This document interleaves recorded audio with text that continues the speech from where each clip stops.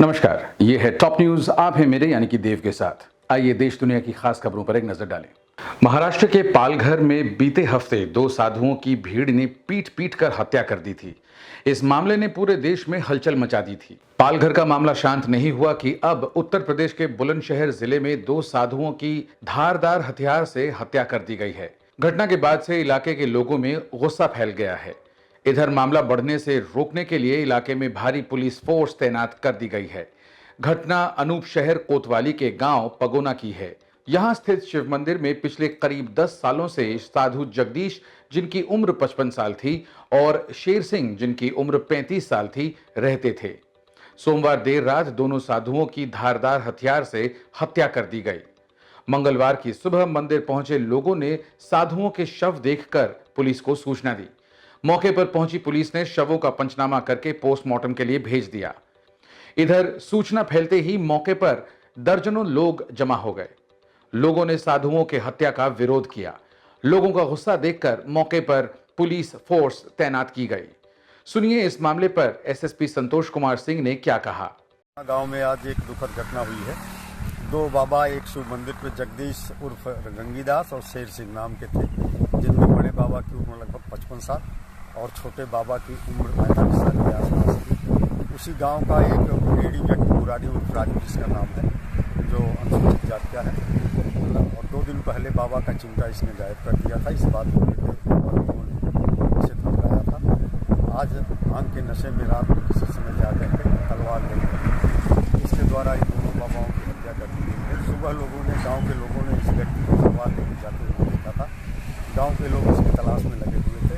लगभग घटनास्थल से 2 किलोमीटर दूसरे गांव में नशे की हालत में और न्यूनतम वस्त्रों में बिल्कुल अर्धनग्न अवस्था में मिला है। अभी बहुत कुछ बताने की स्थिति में नहीं है। मौके पे मैं पहुंच रहा हूं। कानून व्यवस्था की समस्या फिलहाल नहीं है। अभियुक्त को गिरफ्तार कर लिया गया है। जो प्राथमिक छानबीन से पता चला है वो यही है कि ये मंदिर पर इसके द्वारा 2 दिन पहले बाबा का चिमटा गायब किया गया था, जिसको लेकर बाबा लोगों ने इसे डांटा था और अपशब्द कहे थे।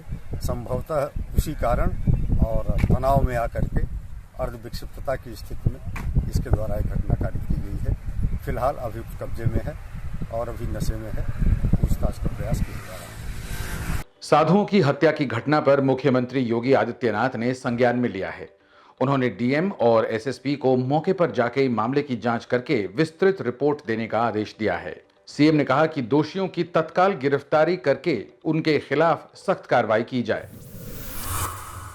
चीन से पूरी दुनिया में फैलने वाले नोवेल कोरोना वायरस ने कोहरा मचाया हुआ है। दिसंबर 2019 में चीन के हुबेई प्रांत में वुहान में इसका पहला मामला आया था। तब से लेकर अभी तक इस वायरस ने पूरी दुनिया को अपनी चपेट में ले लिया है। यही नहीं, ये जानलेवा वायरस खुद में लगातार बदलाव कर 10 अलग अलग टाइप में बदल चुका है। इसी में इसका एक रूप है A2A। अभी इसी वायरस के 11 प्रकार हैं। शोध से पता चला है कि A2A टाइप वायरस ज्यादा खतरनाक है और अब यह पूरी दुनिया में सबसे ज्यादा संक्रमण फैला रहा है।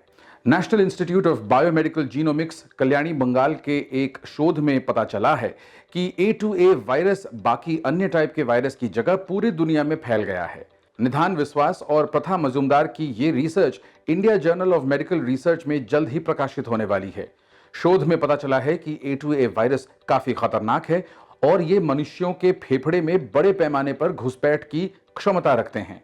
पिछला सार्स-कोव वायरस, जिसने 10 साल पहले 800 लोगों की जान ली थी और 8000 से ज्यादा लोगों को संक्रमित किया था, उसने भी मनुष्यों के फेफड़े में घुसने की क्षमता विकसित कर ली थी। हालांकि उसकी ये क्षमता A2A वायरस जितना नहीं थी। शोध के अनुसार A2A वायरस का तेजी से ट्रांसमिशन होता है और कोविड-19 वायरस का ये टाइप पूरी दुनिया में फैल रहा है। कोरोना वायरस के बढ़ते मरीजों की संख्या की वजह से दिल्ली से सटे गुड़गांव बॉर्डर पर सख्ती आज से बढ़ा दी गई है। इसकी वजह से बॉर्डर पर सुबह से ही लंबी लाइन नजर आई। हरियाणा के झज्जर जिले की दिल्ली से लगती सीमा को सोमवार को ही सील कर दिया गया है।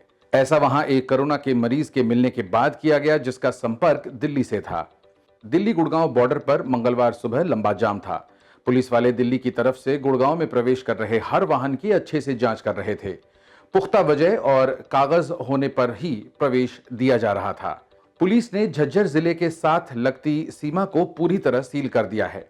बॉर्डर सील होने के बाद अब किसी भी आवश्यक व गैर आवश्यक सेवाओं के कर्मचारियों सहित किसी को भी दिल्ली आने व जाने की अनुमति नहीं होगी।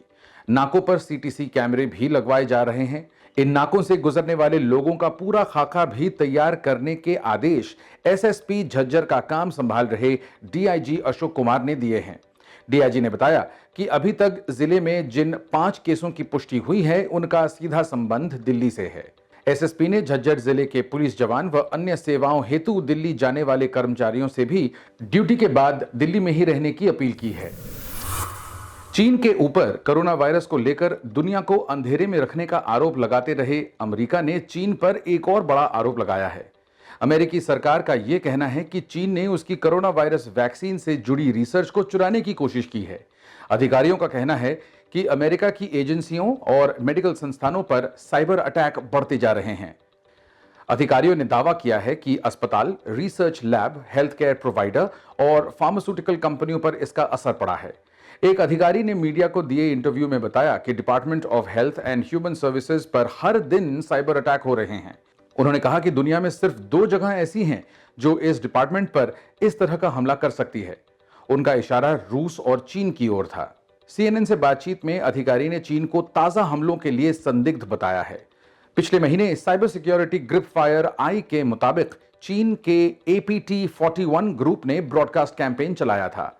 देश के विदेश सचिव माइक पोम्पियो ने भी कहा है कि चीन के साइबर हमलों से अपने संसाधनों को बचाना बेहद अहम है। अमेरिका, चीन, रूस, ईरान और उत्तर कोरिया पर साइबर हमलों का आरोप लगाता रहा है। ये हमले अमेरिकी एजेंसियों के नाम पर फर्जी ईमेल के जरिए डेटा या जानकारी चुराने, सर्विस रोकने और रैंसमवेयर अटैक के लिए जाने जाते हैं। ऐसी और भी ताजा तरीन खबरों के लिए नवभारत टाइम्स के फेसबुक पेज को लाइक करें और यूट्यूब चैनल को सब्सक्राइब करें।